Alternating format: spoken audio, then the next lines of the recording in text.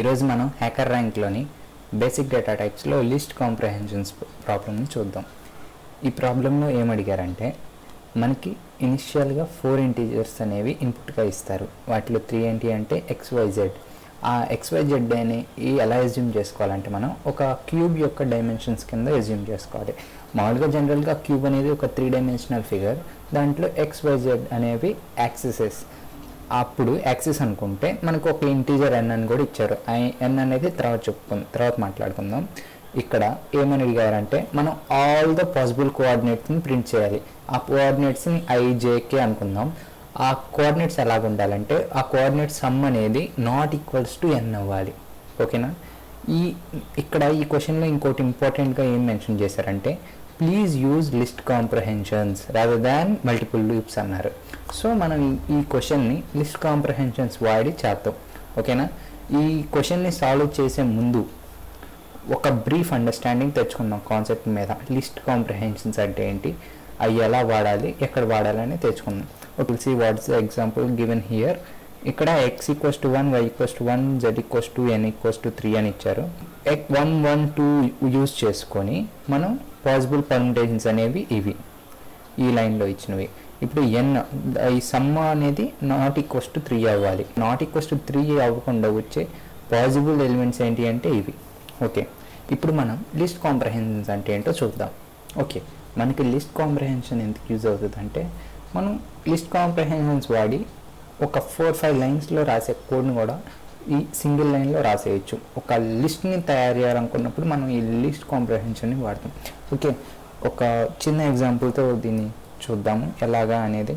ఇప్పుడు సపోజ్ మనకి x = 10 ఉంది, ఈ నెంబర్ ఉందనుకోండి. ఇప్పుడు మనల్ని ఏం అడిగారంటే 1 to 10 ఎలిమెంట్స్ మధ్యలో ఉన్న ఎలిమెంట్స్ అన్నిటికీ స్క్వేర్ ఫైండ్ అవుట్ చేయమన్నారు. ఓకేనా? ఓకే, ఇప్పుడు మనం జనరల్ సినారియో ఎలాగ రాస్తాం? For I in range of 1, n plus 1 x plus 1 రాసినాక ఇప్పుడు మనం ప్రింట్ ఆఫ్ I స్క్వేర్ చేస్తాం. చూసారా? 1 4 9 16 25 36 అన్ని 1 నుండి 10 నెంబర్స్ ఉన్న మధ్యలో ఉన్న నెంబర్స్ అన్నిటి యొక్క స్క్వేర్ ప్రింట్ అయింది. కానీ మనం ఇదే ప్రాసెస్ని లిస్ట్ కాంప్రహెన్షన్ వాడి ఎలాగ చేస్తాము అంటే ఇప్పుడు డైరెక్ట్గా ప్రింట్ రాసేస్తున్నాను. ప్రింట్ ఆఫ్ లిస్ట్, ఖచ్చితంగా లిస్ట్ మెన్షన్ చేయాలి. మనం ఎప్పుడైనా లిస్ట్ కాంప్రహెన్షన్లో ఒక న్యూ లిస్ట్ని తయారు చేస్తాం. ఓకేనా? ఇప్పుడు మనం జనరల్గా ఆలోచిద్దాం. మనం మామూలుగా మన ఫర్ లూప్ ఎట్లా రాస్తాం? For I in range of ఎక్కడి వరకు x plus 1. ఓకేనా? 1, x plus 1. ఇప్పుడు మనం ఏం చేద్దాం? ఇక్కడి వరకు చేస్తే మనకి ఏం ప్రింట్ అవుతుంది? ఏం ప్రింట్ కాదు. ఎందుకంటే చూడండి, ఇన్వాలిడ్ సింటాక్స్. లిస్ట్ కాంప్రహెన్షన్ చేయాలంటే ఏం చేయాలంటే ఇక్కడ మనం ఏం కావాలనుకుంటున్నాం? I square కావాలనుకుంటున్నాం. కాబట్టి I స్క్వేర్ అనేది ఫర్ లూప్ ముందు మెన్షన్ చేయాలి. ఇప్పుడు చూడండి, అన్నీ ఒక లిస్ట్ లాగా ప్రింట్ అవుతాయి. 1 4 9 ఇది లిస్ట్ కాంప్రహెన్షన్ అంటే. మనం ఓన్లీ లిస్ట్ కాంప్రహెన్షన్ వాడి మనం స్క్వేర్లు క్యూబ్లు మాత్రమే ప్రింట్ చేస్తామా? కాదు. We can use conditional statements also. మనం ఇప్పుడు కండిషనల్ స్టేట్మెంట్ని ఎలా వాడచ్చు ఇక్కడ అంటే ఇఫ్ అలాంటివి ఇక్కడ ఎలా వాడచ్చు? ఓకే, డైరెక్ట్గా ప్రింట్ స్టేట్మెంట్ తీసేసుకుంటున్నాను. ఫర్ ఖచ్చితంగా లిస్ట్ మెన్షన్ చేయాలి. ఇప్పుడు మన క్వశ్చన్ ఏంటంటే 1 నుండి 10 వరకు నెంబర్స్ అన్నిటికీ స్క్వేర్ ఫైండ్ అవుట్ చేశాం కదా. ఇప్పుడు మనం ఏం చేద్దామంటే 1 to 10 నెంబర్స్ మధ్యలో ఈవెన్ నెంబర్స్ యొక్క స్క్వేర్ని ఫైండ్ అవుట్ చేద్దాం. అలా చేయాలంటే ఖచ్చితంగా ఈ కండిషనల్ స్టేట్మెంట్ వాడాలి కదా. ఇప్పుడు అది అప్లై చేద్దాం. ఎలాగో I in range of 1, x plus 1. ఓకేనా? ఇక్కడ వరకు చేస్తే ఏమవుతుంది? ఆ రేంజ్లో ఉన్న నెంబర్స్ అన్నీ వస్తాయి. ఇప్పుడు మనం ఏం చేయాలి? ఆ రేంజ్లో ఉన్న నెంబర్స్ని ఈవెన్ ఆర్డర్ ఫైండ్ అవుట్ చేయాలి. మనకి ఓన్లీ ఈవెన్ నెంబర్స్ కానీ అడిగారు కదా. So if I modular division by 2 = 0 ఇది కండిషన్. ఇప్పుడు ఏం చేయాలి? అయితే ఏం చేయాలి? ఆ I యొక్క దానికి స్క్వేర్ కనుక్కోవాలి. I square. ఓకేనా? ఇప్పుడు చూద్దాం ఏమవుతుందో. చూడండి, ఇందాక మనం ప్రింట్ చేసింది ఏంటంటే 1 నుండి 10 వరకు ఉన్న నెంబర్స్ అన్నిటిని ప్రింట్ చేసాం. కానీ ఇప్పుడు ఏం చేసాం, ఓన్లీ ద ఈవెన్ నెంబర్స్కి మనం స్క్వేర్ అనేది ఫైండ్ అవుట్ చేసాం. అలాగా మనం ఈ లిస్ట్ కాంప్రహెన్షన్ ఇలాగ వాడాలి. ఓకేనా? ఇప్పుడు మనం ఇప్పుడు ఇచ్చిన క్వశ్చన్ని చూద్దాం. ఇచ్చిన క్వశ్చన్లో ఏమి ఇచ్చారు, ఎక్స్ వైజెడ్ అనే కోఆర్డినేట్స్ ఇచ్చారు. మనం జనరల్గా x = 1, y = 1 అండ్ z = 1 అనేదాన్ని తీసుకుందాం. నెక్స్ట్ ఇంకోటి ఏమి ఇచ్చారు, సారీ z = 2 అనేది తీసుకుందాం. ఏ తీసుకున్న ప్రాబ్లం లేదు, బట్ అక్కడ ఎగ్జాంపుల్లో ఇచ్చిన వాల్యూస్ని తీసుకున్నాం. n = 3 అని ఇచ్చారు. ఓకేనా? ఇప్పుడు మనం జనరల్గా మల్టిపుల్ లూప్స్ వాడి ఎలాగ చేస్తామో చూద్దాం. వీడియోని పాస్ చేసి మీరు ఆలోచించండి, మనం అసలు మల్టిపుల్ లూప్స్ ఎలా వాడాలి అని. మీరందరూ ఆలోచించారనుకుంటున్నాను. ఇప్పుడు ఏం చేయాలంటే మనం ఫర్ లూప్ వాడి 3 ఫర్ లూప్స్ని వాడాలి. ఎందుకంటే మనం ఒక కోఆర్డినేట్ని తయారు చేయాలంటే ఈచ్ XYZలోంచి ఒక్కొక్క ఎలిమెంట్ని తీసుకొని మన కోఆర్డినేట్ని తయారు చేస్తాం. ఇప్పుడు సేమ్ ఇలాగే ఒకటి చేద్దాం. For I in range of చూడండి, ఇప్పుడు మనం క్వశ్చన్లో చూద్దాం. రేంజ్ ఎక్కడి నుండి ఎక్కడి వరకు ఇవ్వాలి, I అనేది 0 నుండి x మధ్యలో ఉండొచ్చు. కాబట్టి మనం రేంజ్ ఎలా తీసుకుందాం, for I in range of x + 1 అని తీసుకుందాం. ఇప్పుడు ఇంకొక ఫర్ లూప్ రాయాలి. For j in range of y + 1 అని తీసుకుందాం. Next for k in range of z + 1 అని తీసుకుందాం. ఓకేనా? ఇప్పుడు ఒక కోఆర్డినేట్ వచ్చింది, ijk అని కోఆర్డినేట్ వచ్చింది. ఆ కోఆర్డినేట్ని మనం ఒక చోట స్టోర్ చేయాలి. కాబట్టి మనం దానికోసం ఒక లిస్ట్ని తీసుకుందాం. ఇప్పుడు కొత్తగా ఒక లిస్ట్ని క్రియేట్ చేద్దాం, ఎంటీ లిస్ట్ని. వాల్యూస్ అనే లిస్ట్ని క్రియేట్ చేద్దాం అనుకుందాం. Values = empty list. ఇప్పుడు ఈ వాల్యూస్లోకి మనం ఏం అపెండ్ చేయాలి, ఇక్కడ వచ్చిన ijk అనే కోఆర్డినేట్ని అపెండ్ చేయాలి. వాల్యూస్ డాట్ అపెండ్ ఆఫ్ వీటన్నిటిని ఒక కోఆర్డినేట్ ఎప్పుడైనా ఇక్కడ మనం ఒక లిస్ట్గా తీసుకుందాం. ఒక్కొక్క కోఆర్డినేట్ ఒక్కొక్క list, small list, sub list I, J, K. ఓకేనా? ఇప్పుడు వాల్యూస్ అపెండ్ అవుతాయి. మనం ఇప్పుడు ప్రింట్ చేసి చూద్దాం వాల్యూస్ ఏంటియా అనేది. Print of values. చూసారా వాల్యూస్ అన్నీ ఎట్లా ప్రింట్ అయినాయి, ఇవి మనకు వచ్చిన వాల్యూస్. ఇప్పుడు మనం ఏం చేయాలి, ఈ వాల్యూస్లో ఉన్న ప్రతి ఒక్క కోఆర్డినేట్ని యాక్సెస్ చేసి ఆ కోఆర్డినేట్ సమ్ అనేది ≠ n అయిన దగ్గర మనం ఆ కోఆర్డినేట్ని ప్రింట్ చేయాలి. ఓకేనా? ఓకే. ఇప్పుడు అది చేయాలంటే ఇంకొక ఫర్ లూప్ వాడాలి. For value in values. ఎప్పుడైనా మనం ఇలా రాసేటప్పుడు రీజనబుల్ నేమ్ ఇవ్వండి. అది best way to right down. Okay? ఎందుకంటే మనం రాసే కోడ్ పక్కన వాళ్ళకి కూడా అర్థం కావాలి, మన ఒక్కరికి అర్థమైతే సరిపోదు కదా. For value in values. ఇప్పుడు ఏం చేయాలి, ఆ వాల్యూ యొక్క సమ్ ఫైండ్ అవుట్ చేయాలి.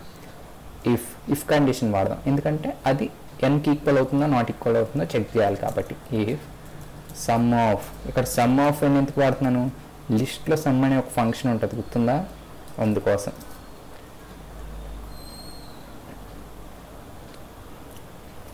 సమ్ ఆఫ్ వాల్యూ ≠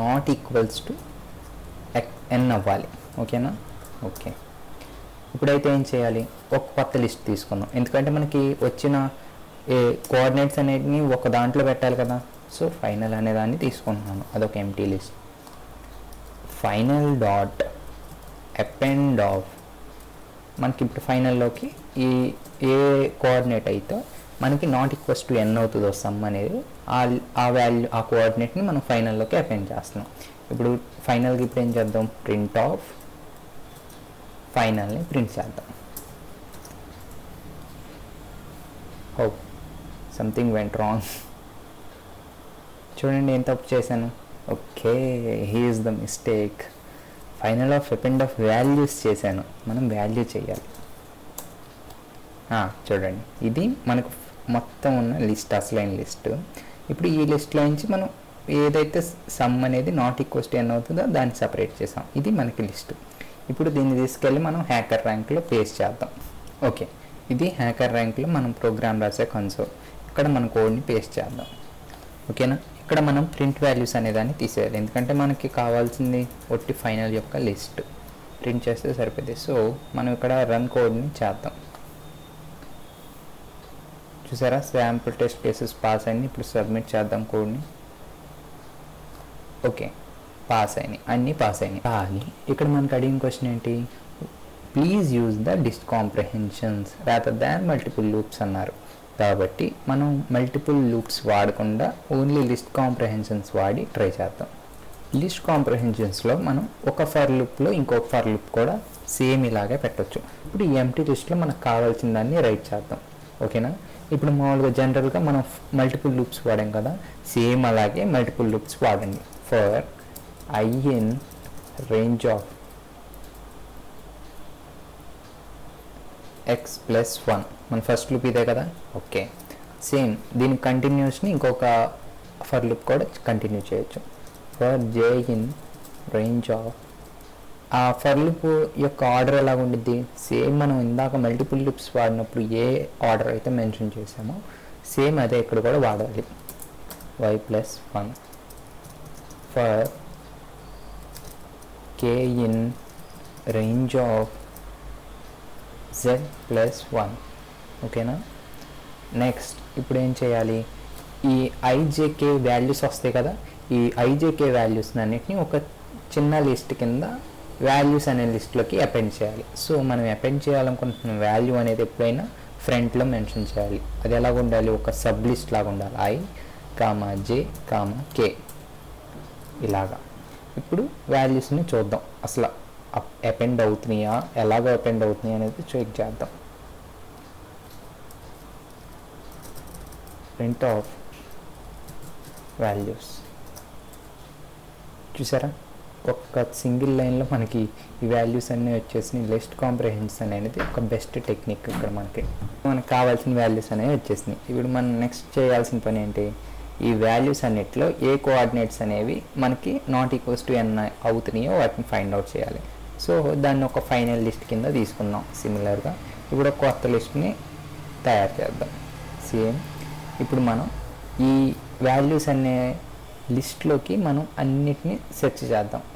అన్ని కోఆర్డినేట్స్ని సెర్చ్ చేసి ఆ కోఆర్డినేట్స్లో ఏదైతే నాట్ ఈక్వల్స్ టు n ఉందో దాన్ని ఫైండ్ చేద్దాం. So for value in values, so value in values, ఇప్పుడు మనకి ఒక్కొక్క వాల్యూ వచ్చింది. ఇప్పుడు మన కండిషన్ ఏంటి, if some of value not equals to n అవ్వాలి. ఓకేనా, ఇది మన కండిషన్. నెక్స్ట్ ఇప్పుడు మనం ఏం చేయాలి, అలాగైనప్పుడు ఈ ఫైనల్ అనే దాంట్లోకి ఏం అపెండ్ చేయాలి, ఆ వాల్యూని అపెండ్ చేయాలి. సో ఇక్కడ వాల్యూని మెన్షన్ చేయొచ్చు డైరెక్ట్గా.